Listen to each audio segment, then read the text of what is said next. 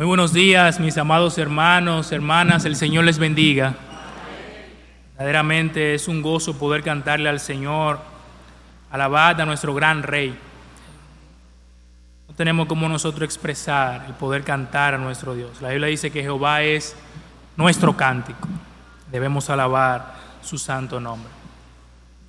Hermanos, aproximadamente 64 años después del nacimiento de Jesús, 34 años luego de su ascensión al cielo, en Roma ocurrió algo que llamó mucho la atención.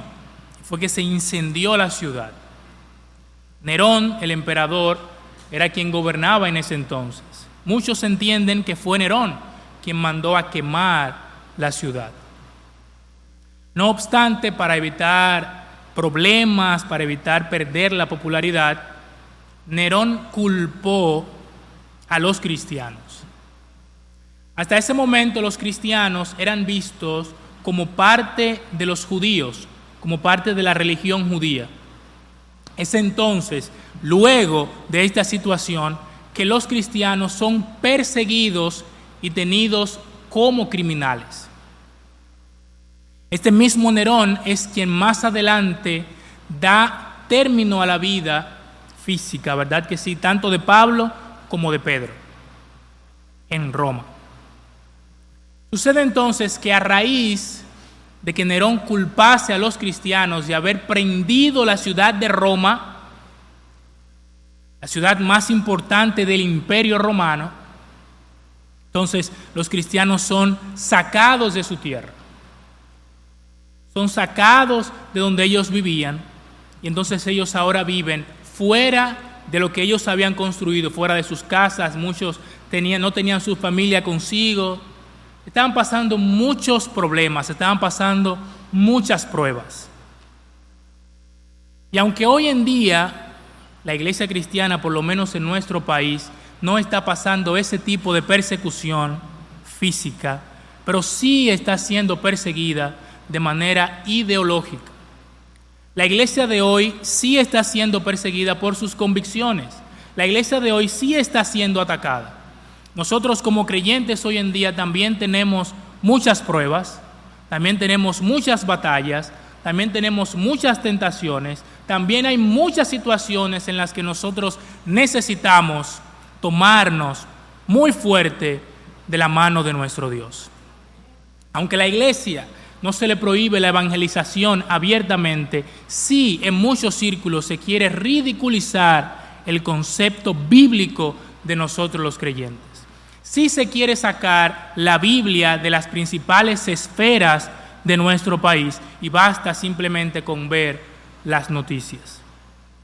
Satanás ha cambiado la estrategia porque los tiempos han cambiado. Satanás hoy en día no nos persigue como persiguieron a la iglesia primitiva, porque muchas veces Satanás tiene sus propios tentáculos aún dentro de la iglesia de hoy. Satanás no nos persigue de igual manera, no persigue nuestros cuerpos físicos, pero sí persigue nuestros pensamientos, sí persigue nuestras convicciones, sí persigue nuestra fe, sí persigue nuestra creencia en torno a la palabra de Dios. Y es importante mencionar que es más importante aún nuestras convicciones que nuestro cuerpo, porque la Biblia dice que no debemos temer a aquel que solamente puede quitar o matar nuestro cuerpo.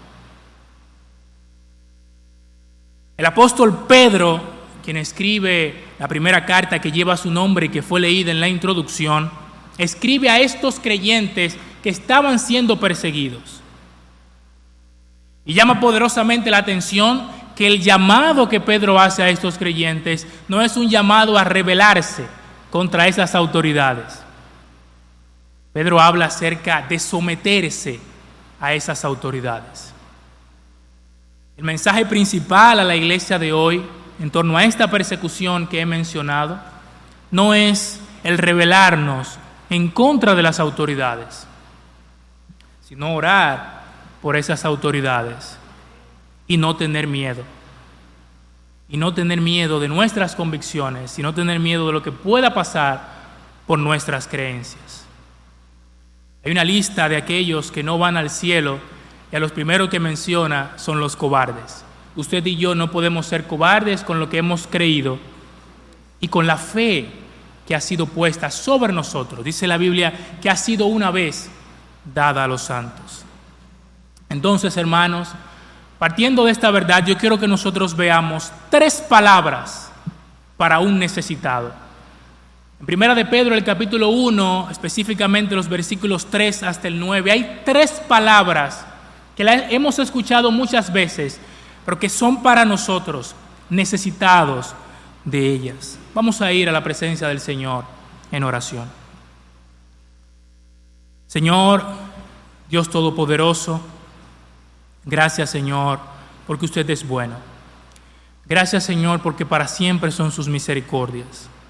Señor, gracias porque en su paciencia usted ha permitido que nosotros le conozcamos a usted como el único Dios verdadero. Señor, permita que en esta mañana usted hable a nuestra alma, hable a nuestro corazón. Enséñenos, Señor, encamínenos en su verdad. Estamos necesitados, Señor, cada vez más de su palabra. Señor eterno, ponemos esta iglesia, ponemos este tiempo en sus manos. Usted es el Dios de la historia, usted es el Dios de lo imposible y en usted creemos. Ponemos nuestro pueblo en sus manos, Señor, nuestro país, para que por favor, Señor, usted permita que nuestro país se vuelva a usted, Señor.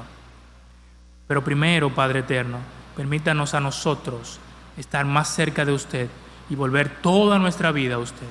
Señor eterno, gracias por todo, en el nombre de Jesús. Amén. Amados hermanos, quien escribe, el apóstol Pedro, es uno de los personajes más importantes de todo el Nuevo Testamento, uno de los personajes más peculiares. El apóstol Pedro fue ese pescador que el Señor llamó para sí, ese pescador que lo dejó todo y le siguió, un humilde hombre, pero que Dios lo utilizó para hacer grandes cosas. Ese fue el apóstol Pedro que negó al Señor Jesús. El apóstol Pedro, que el Señor le dijo: mira, Pedro, tú me vas a negar 3 veces antes de que el gallo cante.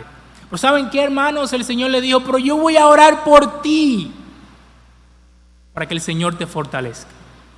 El Señor lo hizo y oró por él, hermanos. Aún el Señor sabiendo qué iba a pasar con el apóstol. ¿Saben por qué? Porque el Señor sabía que con ese apóstol él iba a hacer grandes cosas, y con su primer mensaje fueron mínimo 3,000 que se convirtieron. ¿Saben qué? En los mensajes del Señor Jesús nunca se convirtieron 3,000, pero con Pedro en su primer mensaje se convirtieron 3,000, hermanos. 3,000 personas. Fue un hombre que el Señor usó grande y poderosamente. El apóstol Pedro, ahí en puertas cerradas, él vio el poder de Dios. Él vio el poder de Dios. Y él pudo ver la persona de Dios, la persona de Jesús en la transfiguración. Pedro fue uno de los que vio al Señor transfigurado. Pero también Pedro vio a Jesús en su pasión, en su dolor. Ahí estuvo también el apóstol Pedro. Pedro fue transformado para el Señor, y se convirtió en un fiel seguidor del Señor. En un fiel seguidor del Señor. Y es por eso que en los versículos 1 y 2, él comienza mostrando que él es el autor. En versículo 1, Pedro, apóstol de Jesucristo, a los expatriados de la dispersión en el Ponto, Galacia, Capadocia, Asia y Bitinia. Recuerdan que al principio les dije que los creyentes fueron sacados de su tierra, fueron expatriados. Y Pedro le está escribiendo a esta gente que no está en su tierra. Pedro dice: elegidos según la presciencia de Dios Padre, en santificación del Espíritu, para obedecer y ser rociados con la sangre de Jesucristo. Gracia y paz os sean multiplicadas. Este es el saludo que les da Pedro. Pedro no empieza a decirle: ay, hermano, yo sé que ustedes están pasando mucho trabajo. Ay, hermano, yo sé que esto está muy difícil. No, Pedro comienza hablando acerca del Dios que lo salvó. Y que Pedro sabía que lo que estaba pasando era para bien y avance del Evangelio. Elegidos, escogidos para salvación, pero ¿saben qué, hermanos? También escogidos para esas pruebas. Porque ¿acaso pasa algo de lo que el Señor no tenga control? Muchas veces nosotros oramos, Señor, toma el control de esta situación. Hermanos, el Señor no solamente tiene el control, sino que Él es el control, porque Él es que permite que pase todo en nuestras vidas. Es Él, hermano, quien hace que lo que está pasando en tu vida suceda. Es el Señor.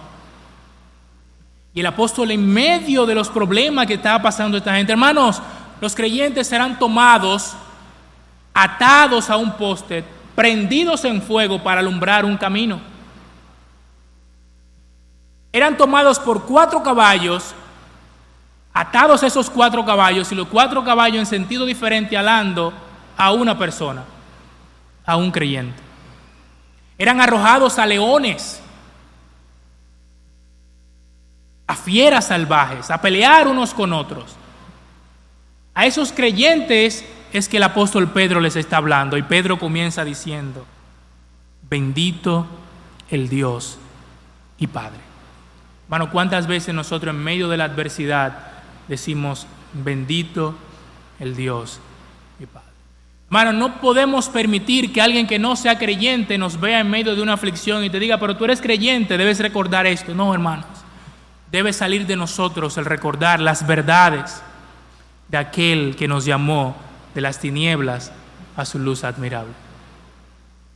Debemos tenerlo pendiente, hermanos. Pedro comienza diciendo, bendito el Dios y Padre, el versículo 3. Bendito el Dios y Padre de nuestro Señor Jesucristo, que según su grande misericordia nos hizo, ¿qué, hermanos? Renacer. Y aquí vamos a encontrar la primera palabra de 3. La primera de 3 que el Señor tiene para un necesitado. El Señor tiene para ti y que el Señor tiene para mí. Aquí Él dice, nos hizo renacer. Antes de ver la primera palabra, ese renacer, ¿a qué se refiere, hermanos?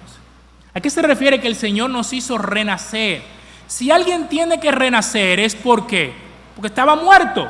Hermano, usted y yo estábamos muertos en nuestros delitos y pecados. Pero Dios dice que Dios el Padre, ¿saben por qué, hermano? La salvación es del Señor. La salvación es del Señor, y ese Señor nos hizo renacer, nacer de nuevo, ser regenerados. Hermanos, si lo que venga después de ahí es bendición. Puede ser difícil porque el Señor está usando el cincel para moldearnos. Y a veces el cincel viene con el martillo. A veces tiene que, ¿verdad que sí?, darnos forma. Y vamos a ver cómo el Señor hace eso. El Señor lo estaba haciendo con la iglesia primitiva. ¿Saben qué vino? ¿Qué bendición vino con que la iglesia tuviera que salir de ahí? La expansión del Evangelio. El Evangelio comenzó a expandirse. Hermanos, nosotros debemos salir a expandir el Evangelio antes de que el Señor, puede ser que nos traiga persecución. Porque saben que la obra del Señor será hecha con usted, conmigo, sin usted o sin mí. Porque el Señor hace lo que Él quiere. Ahora usted y yo debemos ponernos al servicio de nuestro Dios.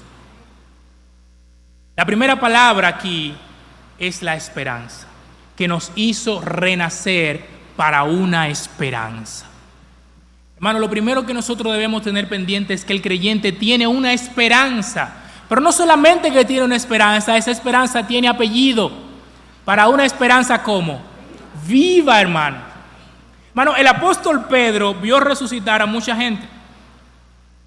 El apóstol Pedro vio resucitar a la hija de Jairo, vio resucitar al hijo de la viuda de Naín, de la ciudad de Naín, vio resucitar a Lázaro, el amigo de Jesús, vio resucitar a Tabita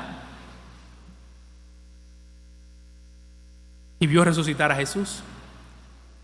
Entonces el apóstol Pedro puede decir para una esperanza viva, porque nuestra esperanza está viva, hermanos. ¿Usted lo cree así? Yo lo creo así, nuestra esperanza está viva. Hay gente que usted le pregunta, ¿qué va a pasar contigo después de la muerte? Y te dice, bueno, yo espero estar en el cielo. Esa no es una esperanza viva. Ahí no hay seguridad, pero el creyente sí tiene seguridad.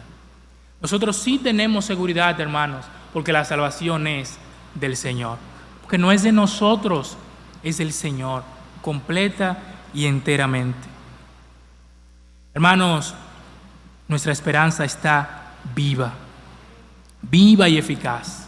Una esperanza que nos tranquiliza, que nos debe dar paz, serenidad. Hay dificultades, hay tropiezos, pero alguien dijo, no importa que el camino sea difícil si me lleva a casa. Hermanos, estamos aquí en un peregrinaje. Recuerdan que los cristianos a los que Pedro les escribe no estaban en su casa, estaban fuera. Nosotros no estamos en nuestra casa, porque el mundo no es nuestra casa. No puede el mundo ser mi hogar, no puede.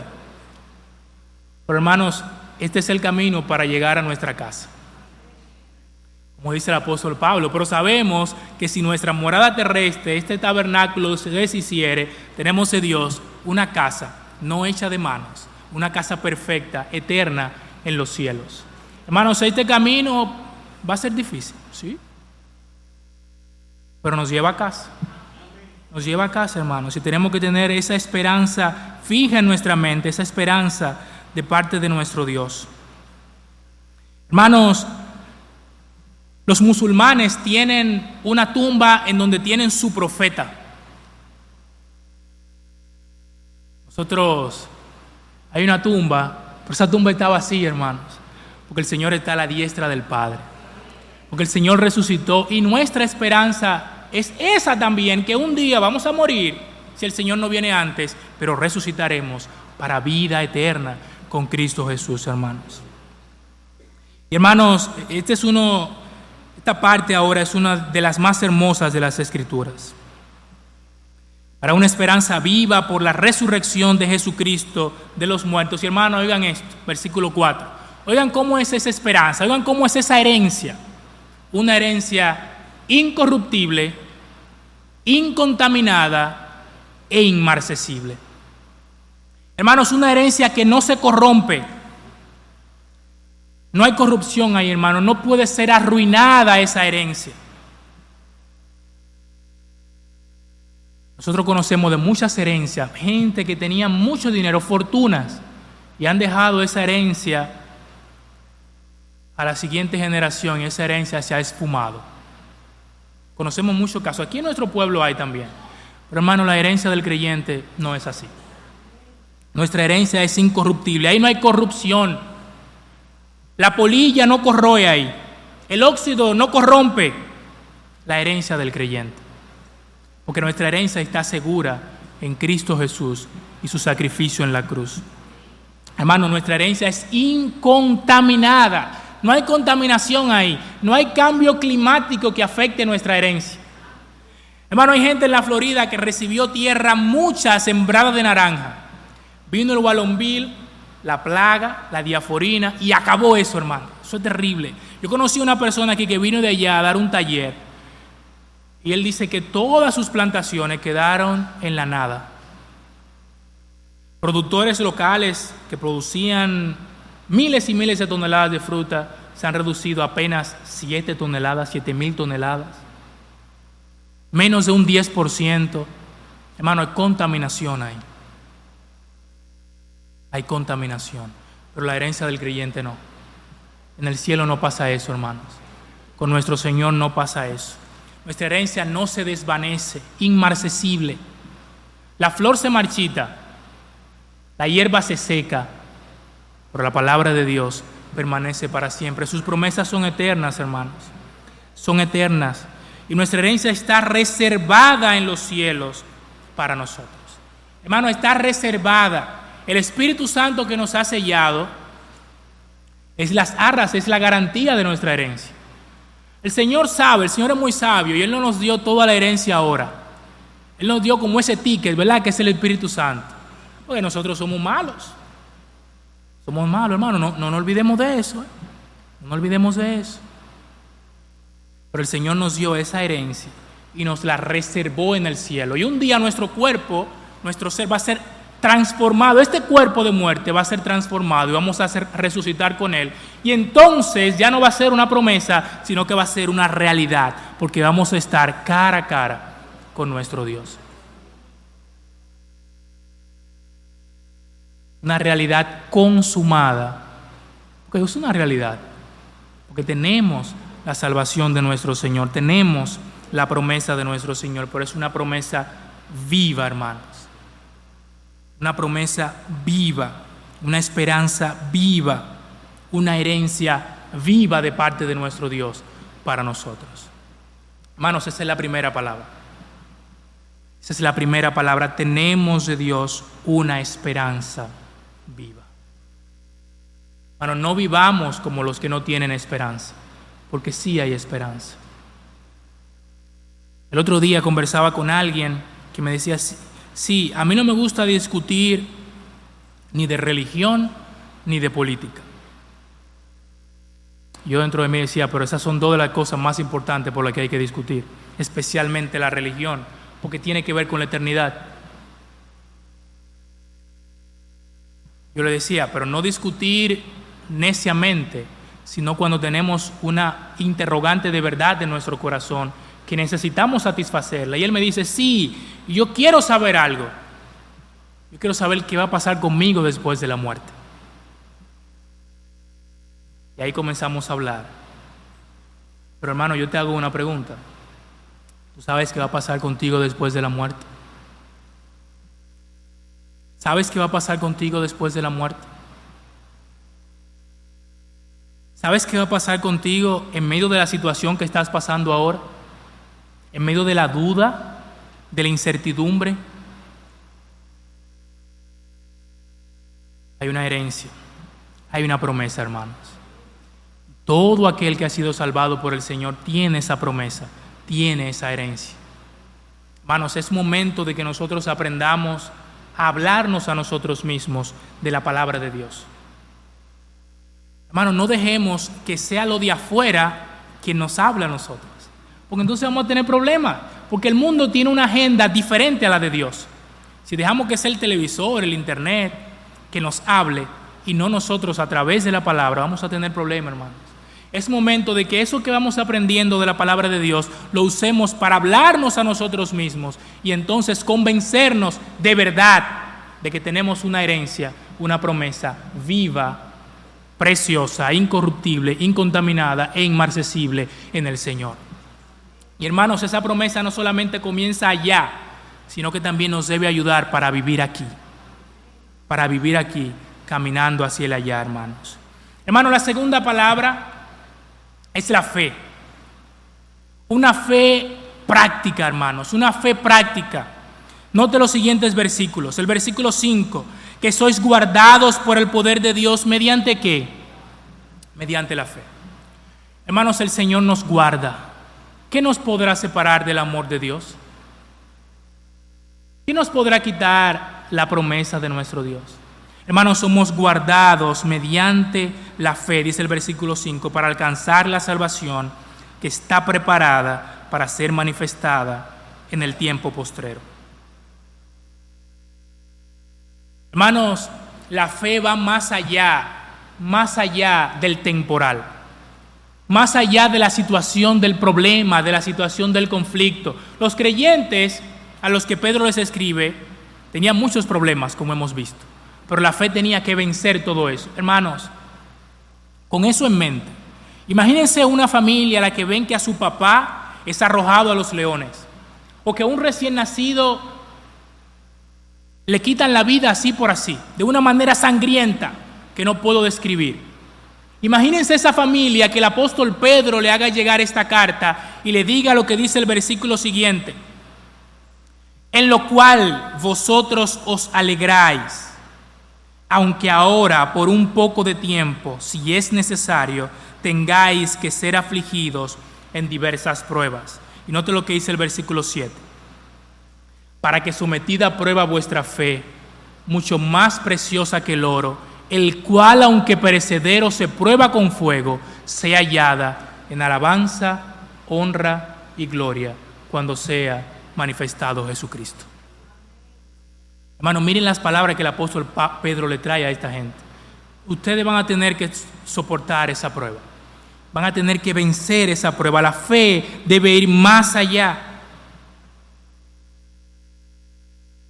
Es difícil, hermanos. Imagínenselo para esa gente. Pero el apóstol Pedro le trae esta palabra que también ellos la necesitaban.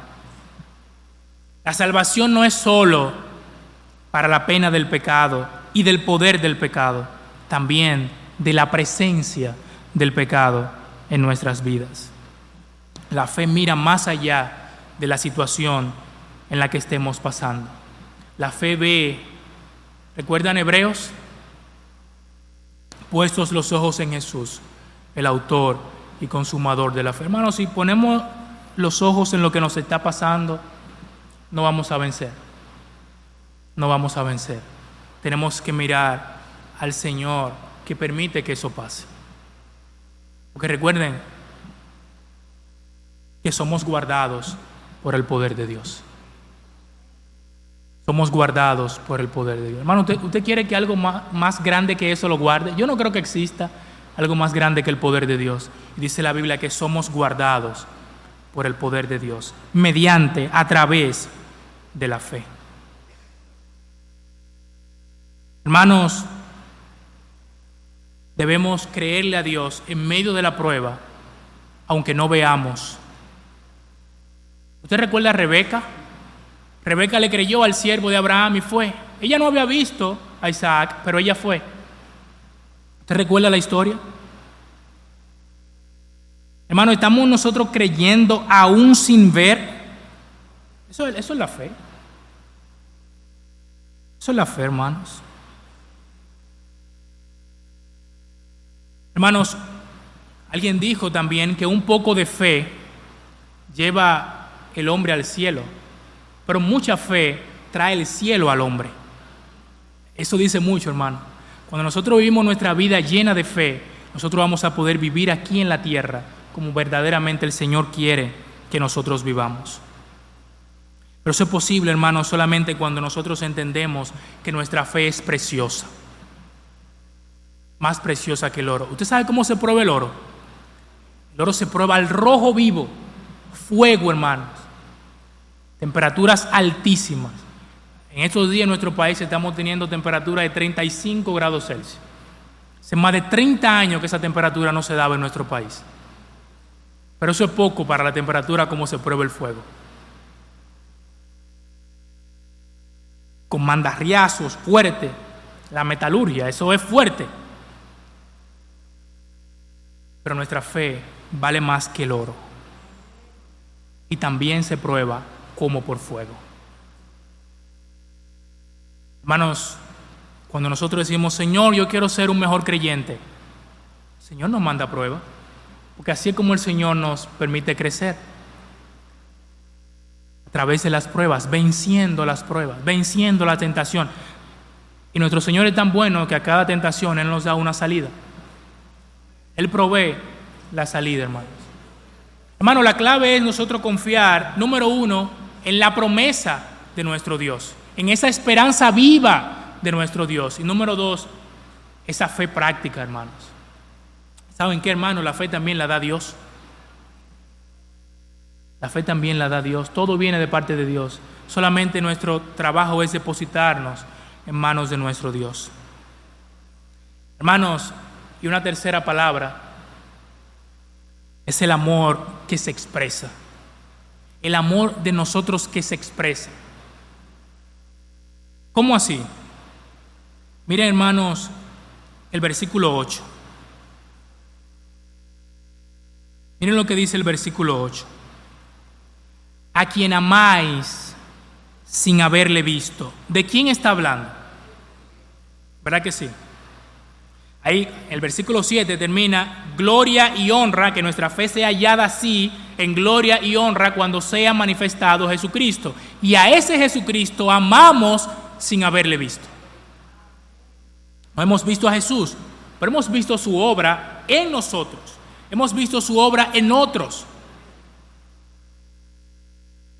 Aunque ahora no lo veáis, os alegráis con gozo inefable y glorioso. ¿Usted recuerda cómo se alegró María Magdalena cuando fue a la tumba buscando a su Señor? Y ella le pregunta al mismo Señor: se han llevado el cuerpo de mi Señor, dime si tú lo has visto. Y el Señor le dice: María. Y ahí ella lo reconoce y se alegra con gozo inefable y glorioso con la resurrección de su Señor. Hermanos, puede que sea contraproducente esto, pero debemos alegrarnos en medio de las pruebas. Difícil de entender, pero sí, hermanos, debemos alegrarnos en medio de las pruebas. Imagínense que el Señor le pregunta a usted, ponga su nombre ahí: ¿me amas? Joel, ¿me amas? Como Él le preguntó a Pedro. Pedro está escribiendo esto, pero Pedro vivió eso con el Señor. Él lo entendió porque el Señor lo capacitó para eso. Amado, ¿me amas? De ese amor es que Pedro está hablando. Cuando Pedro respondía, él le decía no exactamente lo que el Señor quería que él le dijera, pero Pedro lo entendió, lo aprendió y ahora nos está diciendo a nosotros para que lo aprendamos. ¿Amamos nosotros a nuestro Maestro? A ese que nos ha dado esa herencia, esa fe. ¿Le demostramos ese amor? Hermano, necesitamos eso hoy en día. Una fe que triunfa sobre la duda. El mundo, este sistema de Satanás, se encarga de tratar de sembrarnos dudas en nuestra mente. Y lo hace, Satanás es muy hábil. Él lo está haciendo desde los niños pequeñitos. Está entrando con temas de la evolución, con que la teoría de fulano, poner en duda la Biblia, y comienza por ahí. Y aprovecha cuando a alguien le pasa algo difícil, que le fallece un familiar, que se sufre un accidente de tránsito, y empieza a poner en duda la existencia de Dios. Y ahí es donde entra la fe del creyente. Ahí es donde entra el amor, en creerle a Dios, aún en medio de esa situación y aún sin haber visto al Señor. Ahí es donde debemos poner esa fe en acción y ese amor a demostrarlo, hermanos. Hermano, estamos nosotros mostrando ese amor al Señor, ese amor unos con otros. Una prueba de que estamos mostrando el amor a Dios es si nos amamos unos a otros. Juan lo expresa así. Entonces, hermanos, tenemos una esperanza viva, una promesa viva, una herencia incorruptible, incontaminada e inmarcesible que está reservada en los cielos para nosotros. Tenemos, hermanos, una fe que actúa, una fe que cree aún sin haber visto. Y, hermanos, un amor que se expresa, hacia nuestro Señor. Hermanos, nosotros necesitamos estas tres palabras, estas tres verdades para vencer en medio de este mundo. ¿Saben qué, hermanos? Se va a poner peor. ¿Saben qué, hermanos? Se va a poner peor. Porque la Biblia es clara en eso. La Biblia es clara, hermanos. Pero ¿saben qué también? El creyente pronto no va a estar aquí. ¿Usted lo cree, hermano? El creyente no va a estar aquí. El Señor le ha parecido bien que usted y yo estemos con Él cuando las cosas se pongan verdaderamente difíciles. Verdaderamente difíciles. Hermanos, nosotros tenemos una esperanza de que la muerte no tiene poder sobre nosotros, porque Cristo venció la muerte y nos ha dado a nosotros la esperanza de que nosotros vamos a resucitar con Él. Una fe de que el enemigo no nos puede herir. Es esa fe que nos ayuda a mantenernos firmes en medio de la prueba, para que sometida a prueba nuestra fe, mucho más preciosa que el oro, nosotros estemos firmes, sin fluctuar. Hay muchas cosas hoy en día que están poniendo a prueba nuestra fe, muchas doctrinas, muchas enseñanzas raras, perversas, diabólicas. Pero el Señor nos dice, mantente firme, sin fluctuar, con la fe que ha sido una vez dada a ti. Mantente firme. Y hermanos, un amor que debe ser puesto de manifiesto. Hermanos, estas 3 palabras nos van a ayudar porque van en contra de lo que el mundo enseña hoy. En vez de amor, el mundo enseña el yo. Ámate a ti primero. Pero el Señor nos dice, ama, Señor tu Dios, por sobre todas las cosas. En vez de la fe, el mundo enseña la duda, lo relativo. Hermano, fíjese que en el mundo y para el mundo nadie tiene la verdad. Todo depende de mí, de cómo yo vea las cosas. Pero nosotros tenemos la palabra de Dios. Tenemos la fe que ha sido una vez dado a los santos. La creencia, el conjunto de enseñanzas. Eso lo tenemos de parte de nuestro Dios. Y hermanos, en el mundo no hay esperanza. Por eso hay tantos suicidios.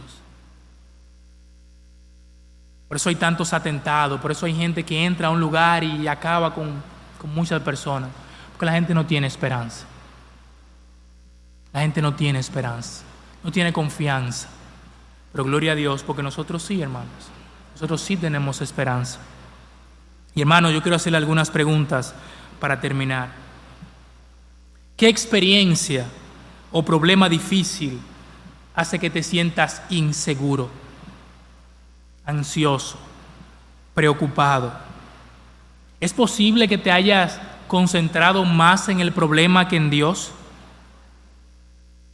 ¿Te ayuda el hecho de tú recordar que Él te salvó y que eres un hijo amado de Él y que eres protegido por su poder? ¿Cuál es la bendición futura que te da más confianza y más gozo? ¿Cuál es esa promesa que te da confianza, que te da gozo, que te ayuda a vencer? ¿Qué puedes hacer ahora para agradar al Rey de Reyes y Señor de Señores? Para agradecer a Dios por esa seguridad que ha puesto en tu vida, que ha puesto en tu corazón, por esas preciosas y grandísimas promesas, para poner ese amor en práctica y esa fe firme en ejecución. ¿Qué puedes hacer para agradecer a Dios por esa salvación tan grande que nos ha dado? Una esperanza, una fe y un amor hacia nuestro Señor. Dios Todopoderoso y Eterno, gracias. Gracias porque usted es bueno. Señor, gracias por este tiempo en el que hemos recordado, Señor, pilares del Evangelio, palabras básicas, Señor, pero que nos hacen mucha falta. Señor, ayúdenos a vivir con estas palabras día a día en nuestras vidas y a enseñarlas también a otros. Señor, permita que esta iglesia pueda pregonar, pueda enseñar esas verdades hacia tantas personas, Señor, que lo necesitan. Señor, gracias por su bondad, su provisión para con nosotros. Gracias por su promesa. Gracias por su herencia. Gracias por hacernos sus hijos. Gracias, Señor, en el nombre de Jesús. Señor les bendiga, mis hermanos.